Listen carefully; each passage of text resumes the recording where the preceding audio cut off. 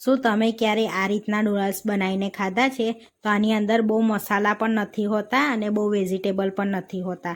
એટલા ટેસ્ટી બનીને રેડી થાય છે આ નૂડલ્સ. તો એકવાર ચોક્કસથી આ નૂડલ્સ ટ્રાય કરજો. હેલો ફ્રેન્ડ્સ, આજે હું શેર કરીશ તમારી સાથે ઠેચા નૂડલ્સ બનાવવાની રેસીપી. તો નૂડલ્સની જગ્યા પર મેગી પણ લઈ શકો છો. તો આપણે ઠેચા નૂડલ્સ બનાવીશું આજે આપણે. તો એકદમ ફટાફટ બની જાય છે ને એકદમ ઇઝી રેસીપી છે. તો અહીં આગળ આપણે એક વાસણમાં પાણી લઈ લીધું છે, તેને ગરમ કરવા મૂકી દીધું છે.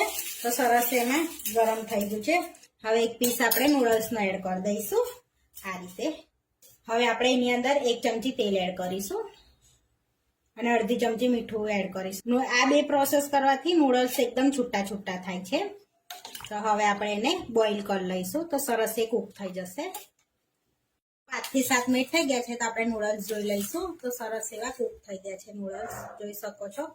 સરસ એવા આપણે ગાળી લઈશું પાણી. તો અહીં આગળ કાનાવાળા ટોપામાં આપણે કાઢી લઈશું નૂડલ્સને અને ઠંડા થવા દઈશું આપણે. સરસ એવા છૂટા છૂટા થઈ જશે. તો આપણા નૂડલ્સ ઠંડા થાય છે ત્યાં સુધી આપણે ઠેચા બનાવી લઈશું. તો અહીંયા ઠેચા બનાવવા માટે આપણે પહેલા સિંગદાણાને શેકી લઈશું. અહીંયા કાચા છે મારી પાસે એટલે શેકીને હું એડ કરવાની છું. તો અહીં આગળ તવામાં આપણે પહેલા સિંગદાણાને સરસ શેકી લેવાના છે. કેમ કે મરચાંને એને શેકતા નહીં વાર લાગતી, સિંગદાણાને વધારે વાર લાગે છે ને એટલા માટે પહેલા આપણે શેકી લઈશું. તો આપણે સરસ એવા સિંગદાણા શેકાઈ ગયા છે. તો હવે પ્લેટમાં લઈ લઈશું આપણે આ રીતે. હવે આપણે તીખાશ પ્રમાણે લીલા મરચાં લઈ લઈશું. 2 થી 3 ગાર્લિક એડ કરી દઈશું. થોડુંક તેલ એડ કરીશું આપણે. ઠેચાને શેકવા માટે થોડુંક તેલ એડ કરી દેવાનું છે, 2 ચમચી જેવું. હવે એક આદુનો ટુકડો એડ કરીશું, તેને બીજીનો કટ કરીને એડ કરીએ છીએ આપણે. થોડુંક જીરું એડ કરી દઈશું 1 ચમચી જેટલું. હવે મિક્સ કરી લઈશું અને સરસ શેકી લઈશું આપણે. એટલે આ બધું આ શેકવા માટે આપણે ગેસને ધીરો રાખીશું જેથી બળી ના જાય. હવે આપણે થોડુંક શેકાઈ ગયું છે. હવે સિંગદાણા પણ જોડે એડ કરી દઈશું. હવે મિક્સ કરી લઈશું. તો બધું સરસ શેકાઈ ગયું છે. હવે આપણે ઠંડુ કરી લઈશું પહેલા. તો અહીં આગળ બધું પ્લેટમાં લઈ લઈશું આપણે ઠંડુ કરવા માટે અને આને આપણે ઠંડુ કરી લઈશું. આપણે ઠેચા ઠંડા થઈ ગયા છે. હવે આપણે વાટી લઈશું. તો આપણે અહીંયા ખાયણીમાં વાટવાનું છે, તેમાં બધું એડ કરી દઈશું આપણે. હવે ધાણા પણ એડ કરી દઈશું આમાં 1 વાડકી જેટલા અને સરસ વાટી લઈશું આપણે એને. તો આ ખાયણીમાં તમે વાટો ને તો સ્વાદ સારો આવશે મિક્સર કરતા. હવે આપણે 2 થી 3 ટીપા લીંબુનો રસ એડ કરી દઈશું જેથી સરસ ટેસ્ટ સારો આવશે. હવે વાટી લઈશું ફરી આપણે થોડુંક. આપણે સરસ બધું વટાઈ ગયું છે. તો જો આ રીતનું મેં વાટી લીધું છે. હવે પ્લેટમાં લઈ લઈશું આપણે. તો આપણે આ રીતના ઠેચો તૈયાર કરી દીધો છે, જોઈ શકો છો સરસ એવો. હવે આપણે નૂડલ્સને બનાવી લઈશું. તો જોઈ શકો છો આપણે નૂડલ્સ બી એકદમ છૂટા છૂટા સરસ થઈ ગયા છે.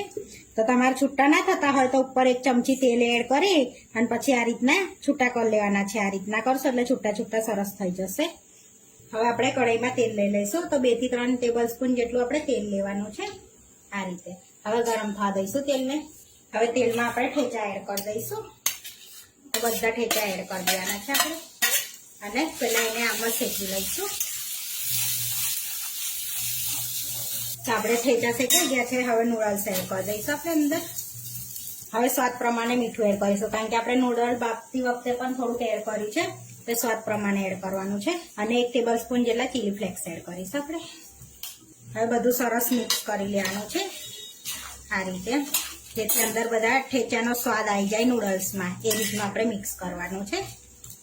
આ રીતે આપણે મિક્સ કરતું રહેવાનું છે. તો આ સમયે ગેસ ધીરો રાખવાનો છે અને મિક્સ કરતું રહેવાનું છે, નહીં તો આપણી નૂડલ્સ નીચે ચોંટી જશે પેનમાં. સરસ એવા ઠેચા નૂડલ્સ બનીને રેડી થઈ ગયા છે. તો જોઈ શકો છો એકદમ છૂટા છૂટા નૂડલ્સ રેડી થઈ ગયા છે ઠેચા આપણે. તો હવે આપણે ગરમા ગરમ સર્વ કરી લઈશું. આ રીતે બનાવશો તો બાળકોને પણ ભાવશે. તો અહીંયા પ્લેટમાં આપણે નૂડલ્સને લઈ લઈશું. તો આપણે અહીંયા આગળ પ્લેટમાં નૂડલ્સ લઈ લીધા છે. ઠેચા થોડાક ધાણાથી આપણે ગાર્નિશ કરીશું આ રીતે. તો આપણે ઠેચા નૂડલ્સ બનીને રેડી થઈ ગયા છે. તો જોઈ શકો છો સરસ એવા ઠેચા નૂડલ્સ દેખાય છે આપણે. તો આપણા ઠેચા નૂડલ્સ બનીને રેડી થઈ ગયા છે. આવા વિડીયો જોવા માટે મારી ચેનલને સબસ્ક્રાઇબ કરો, લાઇક કરો અને શેર કરો. અને તમે જરૂરથી ટ્રાય કરો. ફરી મળીશું નવા વિડીયોમાં. કોમેન્ટ કરીને જરૂરથી જણાવજો કે તમને આ મારી રેસીપી કેવી લાગી.